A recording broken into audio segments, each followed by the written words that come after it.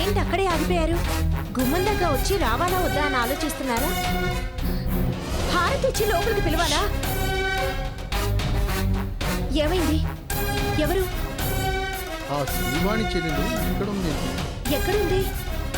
ఆ క్యారియర్ తీసుకెళ్తుంది. లోపల తీసురా. ఆ అమ్మాయా? తను ఈ మధ్య బిర్యానీ పాయింట్ నుండి పార్సల్స్ తీసుకొస్తుంది. అవునా? ఆ అమ్మాయి శ్రీవాణి చెల్లెలని నాకు తెలియదే. నువ్వు ఇక్కడే ఉండు, నేను ఇక్కడే ఉంటాను.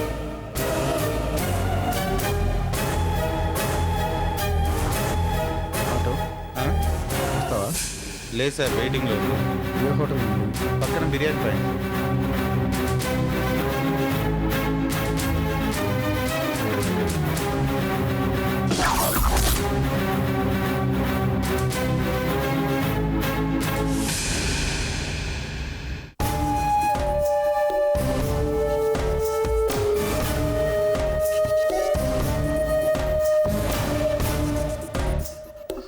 దీని ఫోటో ఎందుకు? అక్కకి ప్రెజెంట్ చేయడానికా లేకపోతే ఫోటో ఫ్రేమ్ కట్టించుకోవడానికా?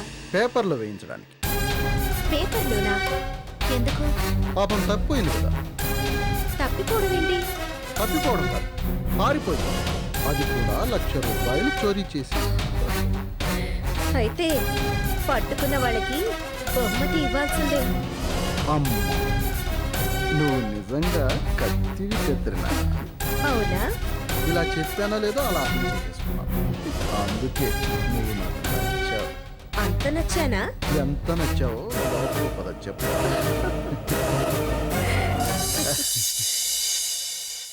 30 మీల్స్ అంతే కదా? ఓకే సార్, రేపు మధ్యాహ్నం 1 గంటకల్లా మీ దగ్గర ఉంటాయి. టేస్ట్ గురించా? టేస్ట్ గురించి డౌట్ లేదు సార్, నాది గ్యారంటీ. ఓకేనా? ఏంటి నీకు ఎక్కడే నిలబడ్డావు? బాక్స్ తీసుకెళ్ళి డెలివరీ ఇచ్చిరా.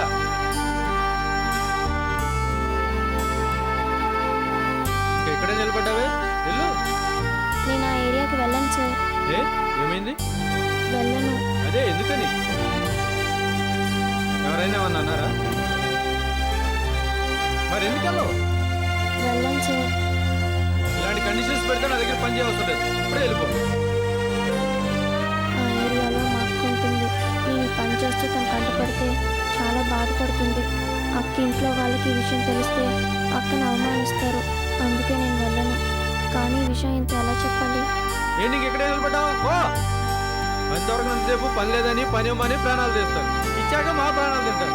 అది కాదు సార్, దయచేసి నన్ను అర్థం చేసుకోండి. మిమ్మల్ని అందరినీ నేను అర్థం చేసుకుంటాను. సరే, నన్ను ఎవరు అర్థం చేసుకుంటాడు? మీ బాబా?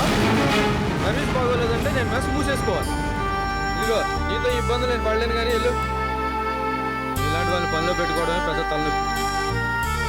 ఇంకా నిలబడ్డామండి, వెళ్ళు.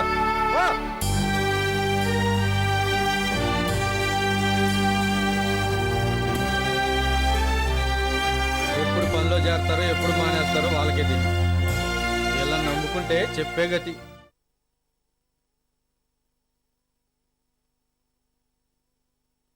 రేయ్, ఆ జిలేబీ తయారైందా?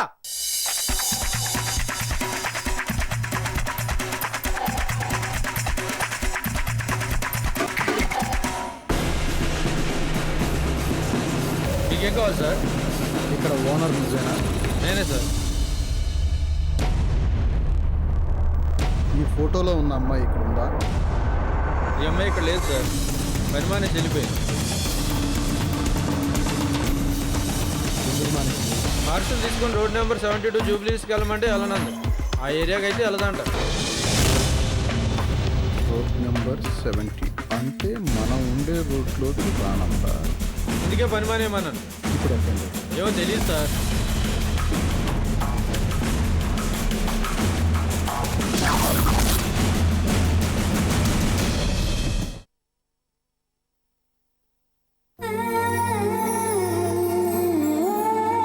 అంతటి మకరందం దానిలో ఉంది కాబట్టి భగవద్గీతను గీతా మకరందం అన్నారు. చేసేవాడను నేనే, చేయించేవాడను నేనే. ఆహా, ఎంత బాగా సెలవిచ్చారు. అంతా నేనే అనే ఆ కృష్ణ పరమాత్ముడు ఎంత బాగా సెలవిచ్చి మనల్ని అందరినీ నిమిత్త మాత్రుల్ని చేశాడు. మనం అనుకుంటూ ఉంటాం ఇది నీది అని, ఇది నాది అని. కానీ ఏది నీది కాదు, ఏది నాది కాదు. ఈ పని కూడా నాది కాదు. మనుషులం కదా, నేను నాది అన్న ఆశ. గుప్పిట మూసుకున్నాక చెప్పానమ్మా, తెలిస్తే ఏముంది, అంతా శూన్యం. అమ్మ వాణి, కాఫీ ఇవ్వనమ్మా? వద్దు పిన్ని. ఇవ్వనా అమ్మా? ఏమన్నాను? వద్దు పిన్ని అన్నాను. ఏది మళ్ళీ అనమ్మా? ఏంటి పిన్ని? ఆ పిన్ని అన్న మాట వింటే కడుపు నిండిపోయిందమ్మా. పిన్ని, నేను మీ ఇంటి మనిషిని కాదు, మీ ఇంటికి సర్వీస్ చేయడానికి వచ్చిన ఒక సర్వెంట్ని. అలాంటి నన్ను పిన్ని అని పిలిచావంటే నాకు చాలా సంతోషంగా ఉందమ్మా.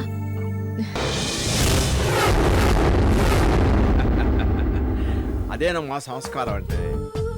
ప్రతి మనిషికి జీవితంలో ఉండవలసిన ముఖ్యమైన లక్షణాల్లో అదొకటి.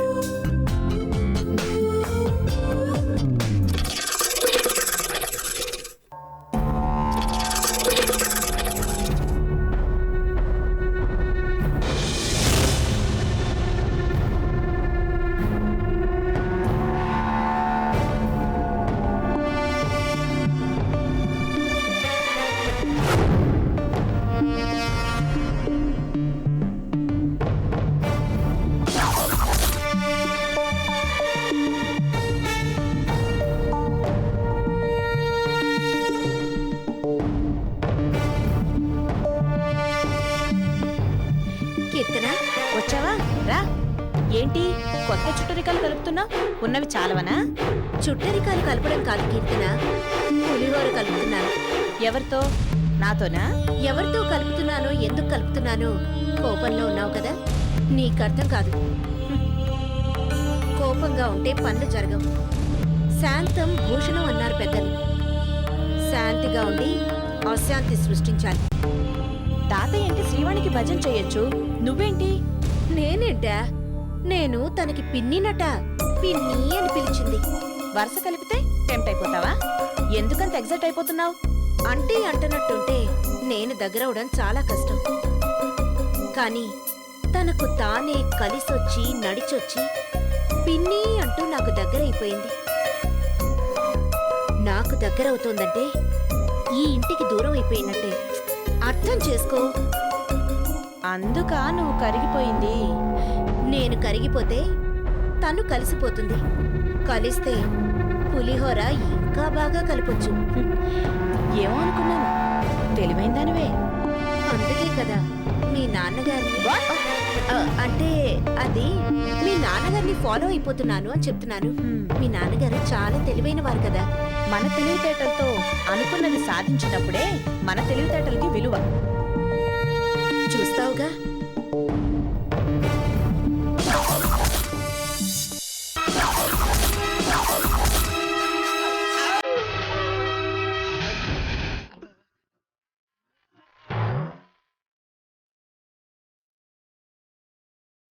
అమ్మా తల్లి, నేను నిన్ను తగలలేదు.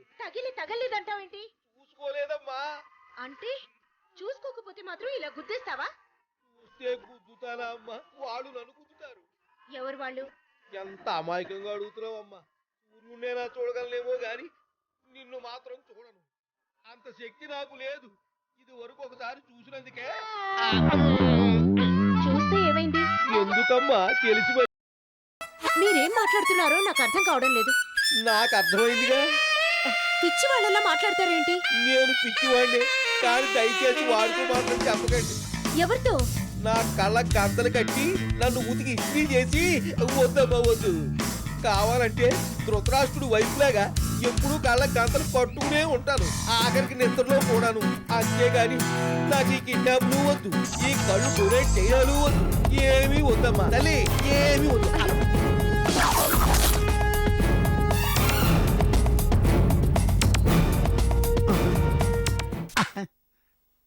వరే పర్మనెంట్ గా మీకు డెన్ అంటూ ఒకటి లేదా? మాట మాటకి పిల్లి పిల్లల్ని మార్చినట్టు మారుస్తున్నారు. వరే ఆ ఎండల్లో కొండల్లో నాయవరా హాయిగా ఉండేది. ఇక్కడ దోమలు గుడి చేస్తున్నావురా. ఒరేయ్ దోమల మందు ఉంటే పడేయంటారు నా ముఖాన. అబ్బా నడ్డి విరిగింది.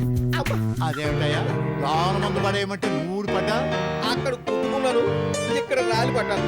అయినా నీకు అంత తొందర ఎందుకయ్యా? అసలు ఎందుకు వచ్చినట్టు, ఎందుకు వెళ్ళినట్టు, మళ్ళీ ఎందుకు వచ్చినట్టు? అక్కడ కూర్చాను, ఇక్కడ పడ్డాను. అయినా నాకు తెలివి ఉండాలి కదా. తెలివి తప్పుతాను చూసుకోకుండా గుర్తించాను. ఎవరిని గుద్దా? ఇంత జరిగింది చెప్తే ఇంకెంత జరుగుతుంది. ఇదిగో ఆ విషయం మీరు నన్ను అడగొద్దు, నేను మీకు చెప్పొద్దు. సర్లే, నువ్వు ఇక్కడే చావు. నాకు ఎక్కడైనా చావే.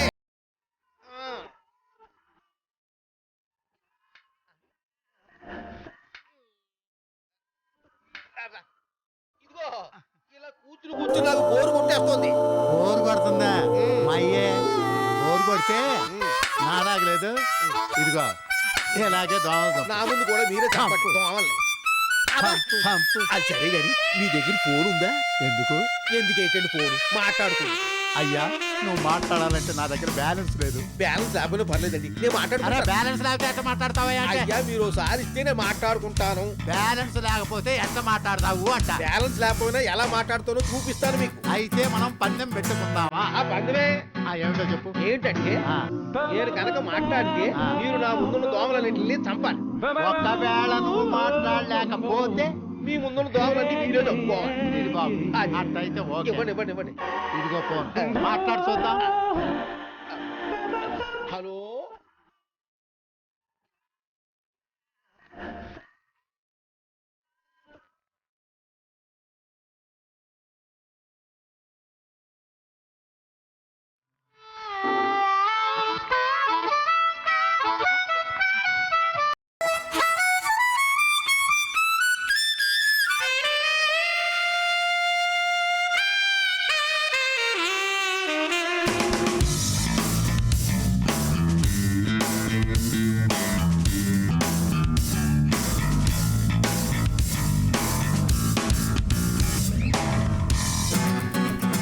ఓకే మరి ఉంటానండి. హాయ్ చూడయ్యా ఈ ఫోను చాలా థ్యాంక్స్. పందెం నేనే నెక్కాను, నా ముందున్న దోమలని నువ్వే చంపాలి. ఏమయ్య, చంపుతా కానీ దేనిలో 3 రూపాయలు బ్యాలెన్స్ పడలేదు. 3 గంటల నుంచి ఎట్లా మాట్లాడుతున్నావా? అది టాప్ సీక్రెట్. నీ దండం పెడతాది ఏంటో చెప్పవా? అది టాప్ సీక్రెట్, నేను చెప్పను. నాకు అసలే బీపీ షుగరు హార్ట్ పెయిన్ ఉన్నాయ్యా. ఒకసారి చెప్పబోయా నీ దండం పెడతా. అబ్బా అది టాప్ సీక్రెట్, నేను చెప్పకూడదని చెప్పుకున్నా చెప్పనండి. చెప్పబోయా నీ దండం పెడతా. నువ్వేం చేయమంటా చెప్తాను చెప్పబోయా. నేను మాట్లాడింది మాట్లాడింది నేను మాట్లాడింది మాట్లాడింది నేను మాట్లాడింది మాట్లాడింది కస్టమర్ కేర్ వాడితో ఆడితో మాట్లాడితే ఫ్రీ కదా. ఇచ్చివాడు నాతో పెట్టుకున్నాడు.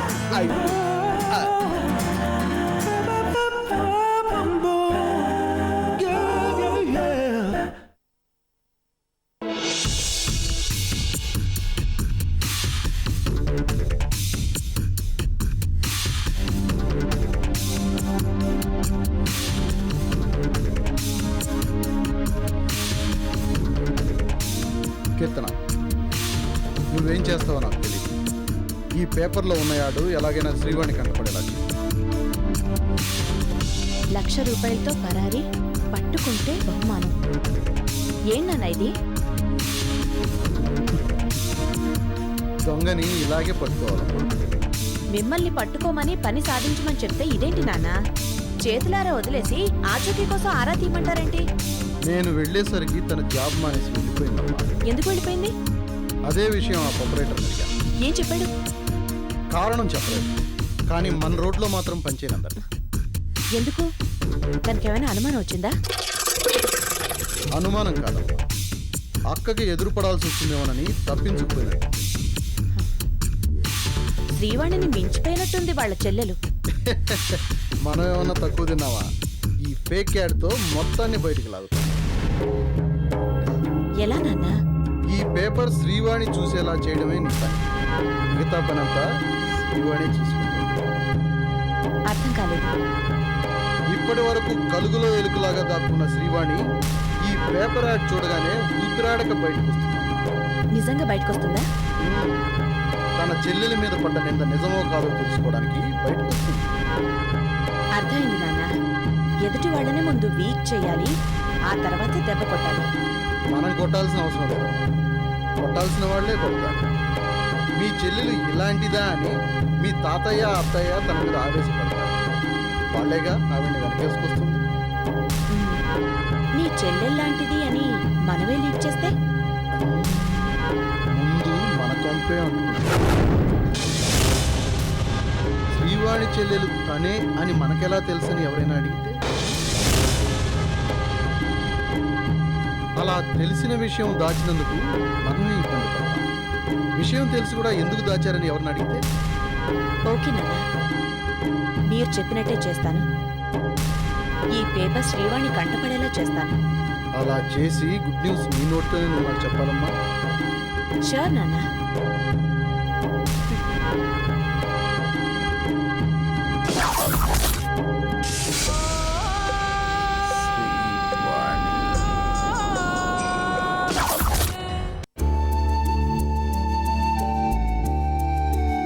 మరి ఇంత దూరమా? ఎంత దూరం? ఒకరికొకరు దగ్గర కాలేనంత దూరం. ఏంటి అయ్యగారికి కవిత్వం వచ్చేస్తోంది? ఆ? హా, ఏంటి కవిత్వం అంటున్నారు? ఆ, ఏం లేదమ్మా, తనకి కాళిదాస్ కవిత్వం ఇష్టం అంటుంటేను. అంతకంటే బాగుండే విషయం ఒకటి చెప్పనా? ఏంటది? శ్రీవాణి చెల్లెలు 1,00,000 రూపాయలు దొంగిలించి పారిపోయిన విషయం పేపర్లో వచ్చింది కదా. మనమే ఇచ్చాంగా. దానికి శ్రీవాణి రియాక్షన్ ఎలా ఉందో ఆంటీ మీకు చెప్పలేదా నాన్న? ఎక్కడ? మీ నాన్న చెప్పనిస్తేగా. కవిత్వంలో మునిగి తేలుతుంటేను. సరే సరే, ఇప్పుడు చెప్పు. అది చెప్తే తెలిసేది కాదు, చూడాల్సిందే. తల్లాడిపోయిందా? మరి 1,00,000 రూపాయలు చోరీ పట్టుకుంటే బహుమానం అని నేను న్యూస్ రీడర్లా చదివాను. అంతే, టాపిక్ మొదలైపోయింది. ఎలా? నేను పెట్టాల్సిన పోపు నేను పెట్టాను. అబ్బో, అంత గొప్ప తాళింపా? మీ అమ్మాయిని అడగండి మరి. దొంగ రాస్కెల్ని నమ్మి ఇంట్లో పెడితే 1,00,000 పోయింది, పట్టుకుని పోయింది, అందుకే బయట వాళ్ళని ఇంట్లో పెట్టుకోకూడదు. ఎవరో బుద్ధి గట్టి తిని చేస్తే అందరినీ ఒకే గాట కడతారా? అని మీరిద్దరు అక్కడ డిస్కషన్ పెట్టారనమాట. అలా డిస్కషన్ ఎందుకు పెట్టామనుకున్నావు నాన్న? చెల్లెలు ఫోటో చూసి శ్రీవాణి స్పెల్ బౌండ్ అయిపోయింది. అదే అదననుకుని మా డిస్కషన్ మొదలైపోయింది. తాతయ్య కూడా కష్టపడి బతకొచ్చు కదా అన్నారు. అదొక్కటేనా? ఎలాంటి ఫ్యామిలీ నుండి వస్తే అలాంటి బుద్ధులు? వీళ్ళని కాదు, ఇలా గాలి కొదిలేసిన వీళ్ళ అమ్మా నాన్నల్ని జైల్లో పెట్టాలి అని తాతయ్య అత్తయ్య డిస్కషన్. దాంతో శ్రీవాణి నలిగిపోయింది, దుఃఖం పట్టలేకపోయింది. ఏడ్చేసిందా? ఆ గదిలో నుంచే వెళ్ళిపోయింది, పొయ్యి మీద కూరుందని చెప్పి. నేను ఊరుకుంటానా? నువ్వెందుకు ఏడుస్తున్నావు వాణెమ్మా అని అడిగాను. అంటే ఏముంది? శ్రీవాణి తక్కువ తిందా? ఉల్లిపాయలు కోసాను, కళ్ళు మండుతున్నాయని కవరింగ్ ఇచ్చింది. ఛా, అక్కడితో కథ అయిపోలేదు నాన్న.